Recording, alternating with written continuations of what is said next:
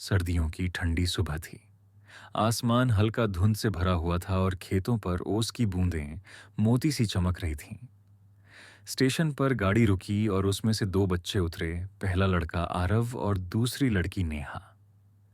उनको गांव आने की खुशी थी और चेहरों पर छुट्टियों की चमक थी। बच्चे प्लेटफॉर्म से बाहर निकले तो गांव की सर्द हवा ने उन्हें छू लिया। दूर से उनका चचेरा भाई पहले से इंतजार कर रहा था। तीनों पैदल ही सरसों के सुनहरे खेतों के बीच से होकर दादी के घर की ओर चल पड़े। गांव की पगडंडी, मिट्टी के कच्चे रास्ते, रास्ते के किनारे चरती हुई गाय बकरियां और हवा में उड़ती रुई जैसी धुंध, सब कुछ बच्चों के लिए नया और रोमांचक था। कुछ देर बाद वे सभी दादी के घर पहुंचे। घर मिट्टी और ईंटों से बना था। आंगन में तुलसी का चौरा था और दरवाजे पर उनकी दादी खड़ी मुस्कुरा रही थीं। दादी ने बच्चों के माथे पर हाथ फेरा और अंदर बुला लिया। दिन भर बच्चे खेलकूद में व्यस्त रहे। कभी तालाब किनारे, कभी पेड़ के पास, तो कभी खेतों में दौड़ लगाते। सर्दियों की धूप में पूरे दिन मस्ती चलती रही। शाम ढलते ही ठंड बढ़ने लगी। आंगन में लकड़ियां जलाकर अलाव तैयार किया गया। बच्चे आग के चारों ओर बैठ गए। धुंधली रोशनी में आग की लपटें नाच रही थीं और दादी बच्चों के बीच आ बैठी।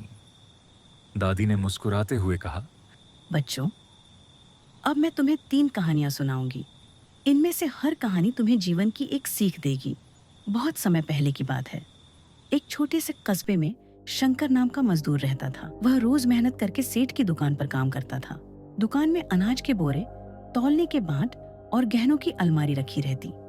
एक दिन सेठ की सोने की अंगूठी अनजाने में जमीन पर गिर गई। शंकर ने उसे देख लिया।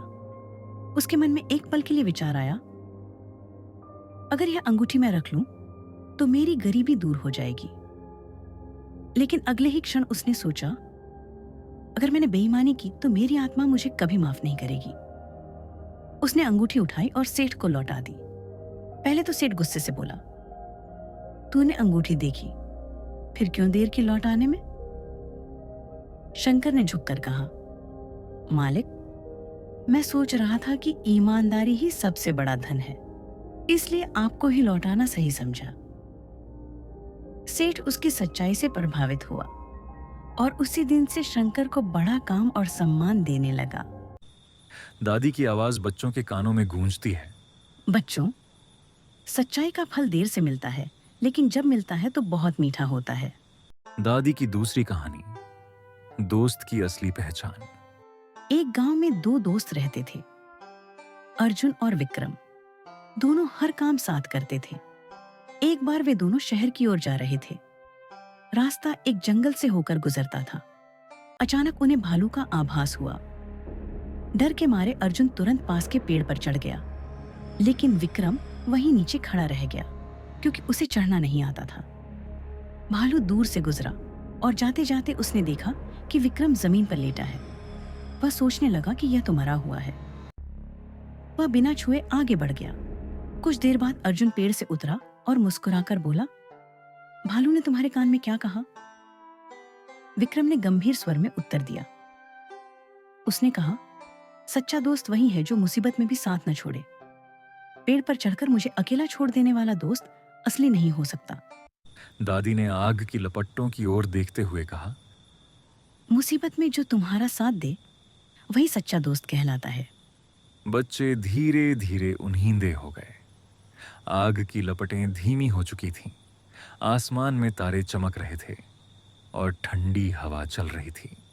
दादी ने धीरे से कहा, कल मैं तुम्हें एक ऐसे कारीगर की कहानी सुनाऊंगी जिसने अपनी सबसे कीमती चीज खो दी थी, लेकिन उसके पास एक ऐसा रहस्य था जिसने सब कुछ बदल दिया। बच्चों की आंखों में नींद थी पर उनके मन में उत्सुकता। वे सोचने लगे, आखिर वह कारीगर कौन था? क्या उसने सचमुच सब कुछ खो दिया था? और उसका रहस्य क्या हो सकता है? आप भी सोचिए बच्चों, अगर आपकी कोई बहुत कीमती चीज खो जाए तो आप क्या करेंगे? क्या ईमानदारी और मेहनत से खोई चीज वापस मिल सकती है या फिर कोई और रास्ता ढूंढना पड़ेगा? तो बच्चों, ये थी आज की कहानी। आपको कैसी लगी कमेंट में ज़रूर बताइए। और हाँ, आपने इस कहानी से क्या सीखा वह भी कमेंट में लिखना मत भूलिएगा। तब तक के लिए धन्यवाद। अगली कहानी में फिर मिलेंगे।